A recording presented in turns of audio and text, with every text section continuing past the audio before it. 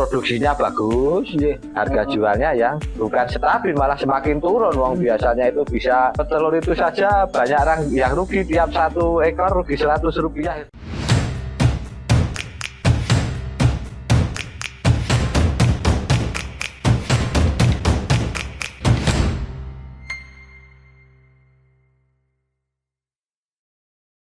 Ya ini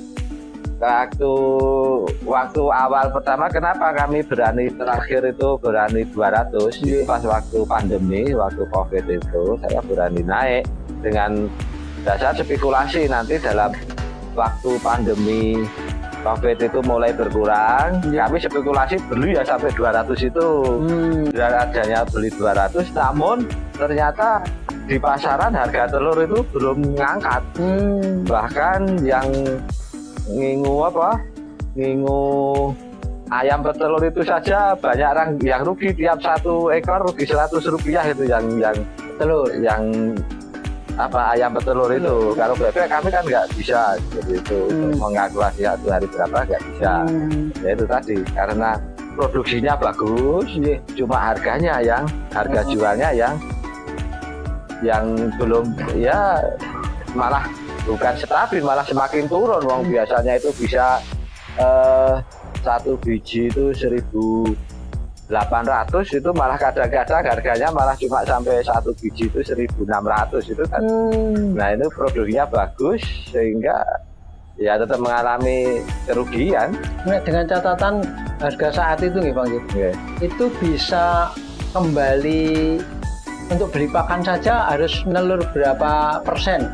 Ya kalau waktu sebelum pandemi, sebelum COVID itu sepertiga bertelurnya, jumlahnya sepertiga itu saja sudah bisa nutup pakan ya. Raketang 1.000-2.000 itu masih dapat.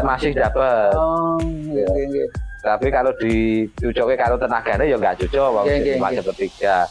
Nah kalau lebih dari sepertiga itu jelas sudah masuk, karena pasaran waktu itu ekonomi kan stabil. Nah, kenapa? Karena waktu itu harga telur ayam juga jatuh, telur bebek itu juga jatuh. Lah biasanya waktu sebelum COVID itu antara telur bebek dan segala telur, termasuk telur puyuh itu, kalau harga terutama telur horen itu naik, telur bebek, telur puyuh juga naik otomatis. Tapi kalau sekarang setelah adanya COVID ini, telur ayam naik, telur bebek cuma rata-rata saja, stabil, tidak ada kenaikan, tidak ngikuti. Masalahnya gini, mengumul pengamatan saya, biasanya yang saya story itu kan untuk catering, untuk pembuatan roti itu kan pada berhenti karena mencari bebek kesulitan, telur bebek kesulitan, sehingga yang catering dan yang roti dan sebagainya itu kan akhirnya beralih ke telur horen. Dengan adanya telur horen, maka waktu itu kalau harganya itu kan waktu itu telur horen itu sampai 18.000 ya, itu rugi.